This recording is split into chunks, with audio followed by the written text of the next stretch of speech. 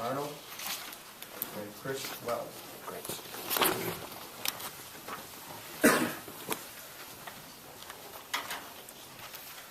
you have written testimony? Thank you.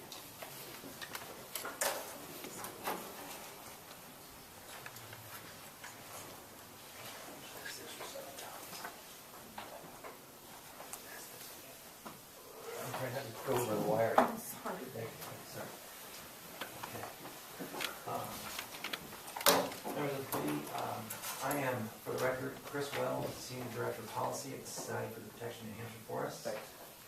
And I'm Susan Arnold. I'm Vice President for Conservation for the Appalachian Mountain Club, and we are both here representing in our testimony both the Conservation Law Foundation and the New Hampshire chapter of the Nature Conservancy.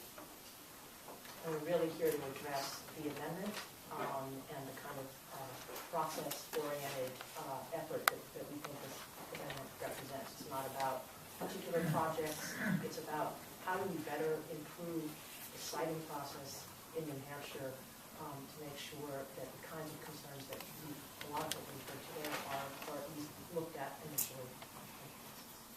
And we're going to try to sort of tag team our testimony a little bit. I want to make both of our sons available at the same time for questions. So, in summary, I'll try to resist the temptation to start reading the testimony.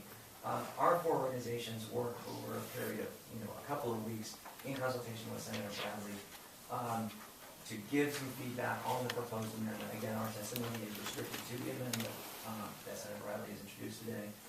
And I guess the long story short is that while any one of our organizations, our four groups, have differences of opinion still on what we would have preferred to have as language in this or that part of the bill, what has come together in the amendment now introduced by Senator Bradley is something that we all agree, like a better way, we live with and we believe is workable. And I think most importantly, does move the ball forward in a constructive way. To Ms. Geiger's comment just before, I mean, really what I think all of our groups are looking at this bill as an opportunity to fill in right now what is really a policy guidance gap from the legislature as we are beginning the SEC rulemaking process on facility siting. I think it's fair to say in SB 99 that passed last session, the guidance to the SEC on rulemaking was not much more than go forth and set rules for citing criteria. I mean, that's about it. What we think the amendment that Senator Bradley has brought forward will do is, I guess we would certainly disagree that this is overly prescriptive. Indeed, the two items in the original bill that I think we all did agree were pushing it over a line where it was going to effectively preclude projects where those height and spacing requirements. I mean, that is fairly common sense that indeed the current state of the art of towers, you are talking 400 to 500 feet, so that's true enough. So with those two items backed out, and then some refinements to essentially much of the rest of the original section 2, and then some critical additions, several of which again were brought up by the previous witness, especially around this issue of cumulative impacts. I think we all agree that will be a tough one for rulemaking to get done around.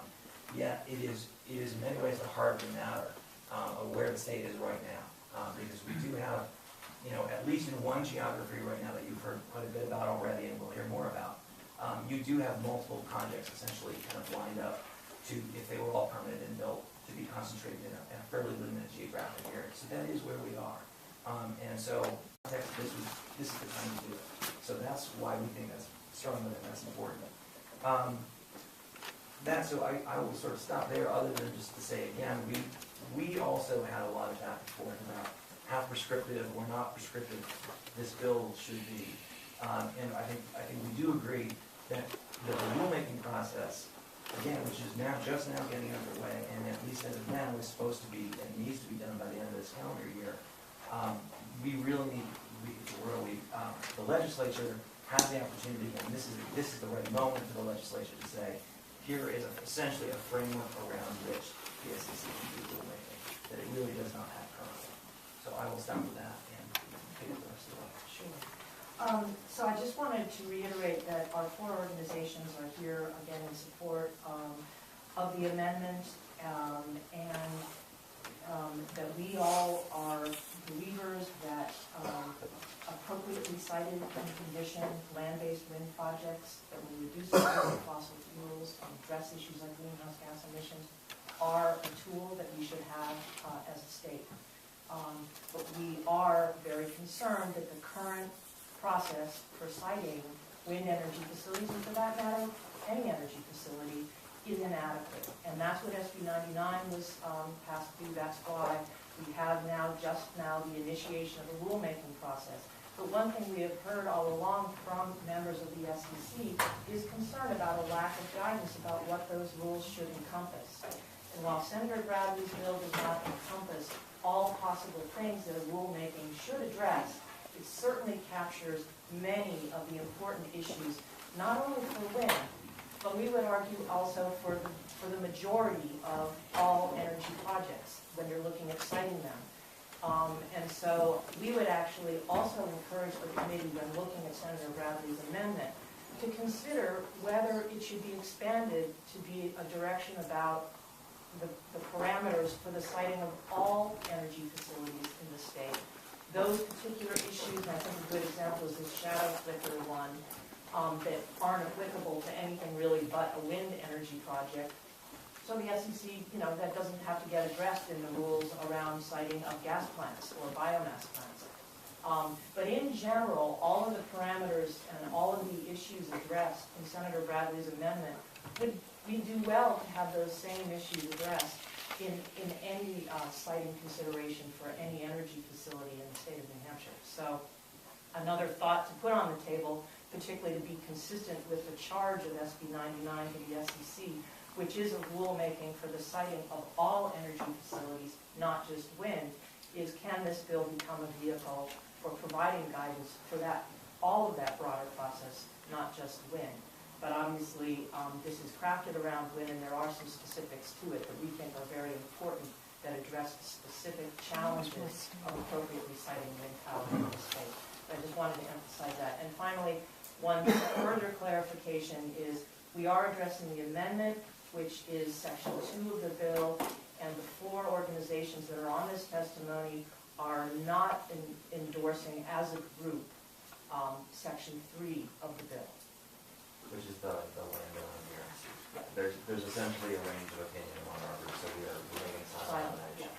So as a group, we're not speaking. Thank you very much. Any testimony from any questions? Senator Clark.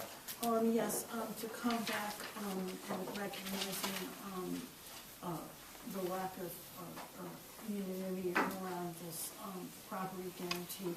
Are you aware of this being used anywhere else, and how does it actually work? Senator, this has not been an issue that the Appalachian Mountain Club has looked at. This is not in our portfolio, so to speak. So despite the fact that we have been engaged in wind siting in a number of states in New England, I'm not familiar with whether this issue's been addressed. It's not something that we've ever spent much time on, so I can't answer. I'm sorry. Oh, well, what she said for us. Thank you very much. All right. Thank you very much for your testimony. Thank you very much.